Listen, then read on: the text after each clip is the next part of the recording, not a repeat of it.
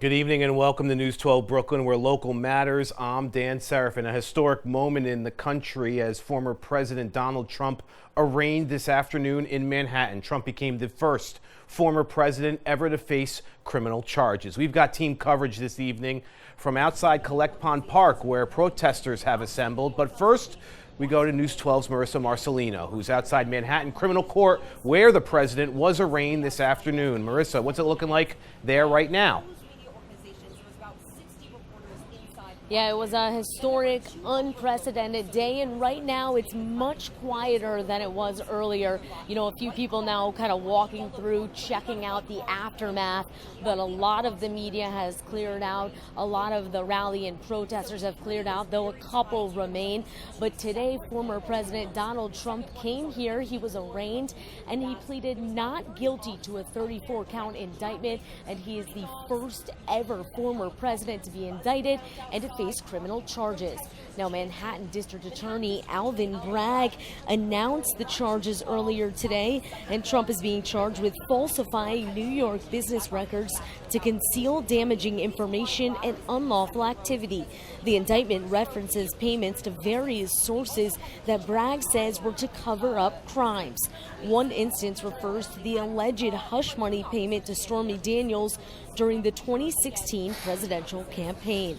Trump pleaded not guilty to all charges, and his attorney says they are unfounded. Today's unsealing of this indictment shows that the rule of law died in this country, because while everyone is not above the law, no one's below it either. And if this man's name was not Donald J. Trump, there is no scenario we'd all be here today. Please understand that based on these charges.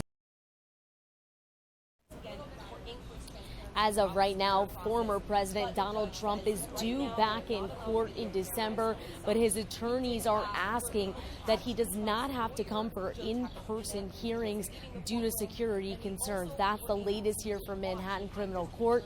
I'm Marissa Marcelino. Back to you.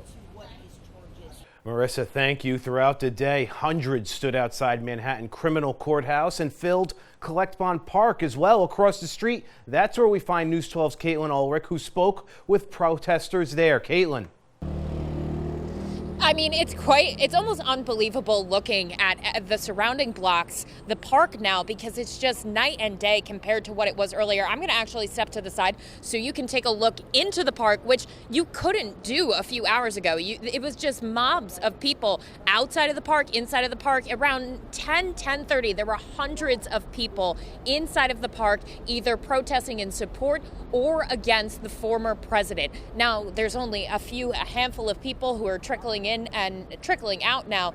And we were standing here and we were talking to protesters who either traveled from Maryland in protest of the former president, or some who just traveled from Brooklyn, who were there to support the president. One woman calling him her hero. It was really just a mixed bag of folks, and it was quite raucous. There was people who were banging on drums, holding signs saying arrest Trump. There were other people who were sometimes arguing with police officers, and the Congresswoman Marjorie Taylor Greene was the host of this event, and she even spoke informally on a megaphone.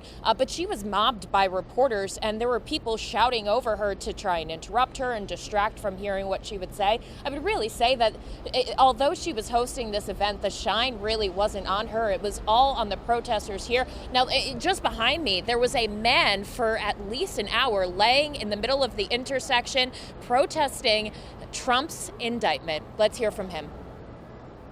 Are you trying to make a statement by laying in the road? The statement is, you can't stop Trump and you can't stop me. That's what I'm doing. Since you want Trump behind a wall, I'm out here for Trump right now. If Trump could do this, I'm sure he would. Yeah, that man was actually moved by NYPD as they have been leaving in droves as everyone starts to clear out. But I will say that all of these protests didn't really stay contained to the park. They actually spilled out into the surrounding blocks. There was a line of people in support of the former president marching around the courthouse shortly after he arrived. And we saw vehicles like a huge pickup truck with Trump flags waving behind them. Obviously, all of these people here to try witness this historic moment. In Lower Manhattan, Caitlin Ulrich, back to you. Caitlin, thank you. At this hour, we're learning even more about the charges against former President Trump. And News 12's Marilyn Buckley has more on what Manhattan District Attorney Alvin Bragg revealed about the now unsealed indictment earlier. Marilyn. In Alvin Bragg's press conference, he was asked by reporters over and over again, why now, why these charges? But he stood by this statement that there now is evidence that wasn't available before that now has come forward since he's become the Manhattan District Attorney. And that's why he felt this was an important time to push this case forward. Today in court, Donald Trump pleaded not guilty to 34 counts of falsifying business records, but Bragg argued that this is a felony. He says that this was meant to conceal other crimes, specifically New York State election law. It makes it a crime to falsify business records to help a candidacy by unlawful means, and also federal election law. There are contribution limits. There was a high wire payment to Stormy Daniels. That was $130,000, and that is well above the federal limit. That was a serious point he made. But the DA also said that this indictment, it brings home the point that no one is above the law. At its core, this case today is one with allegations like so many of our white-collar cases. Allegations that someone lied again and again to protect their interests and evade the laws to which we are all held accountable. As this office has done time and time again, we today uphold our solemn responsibility to ensure that everyone stands equal before the law. No amount of money and no amount of power changes that.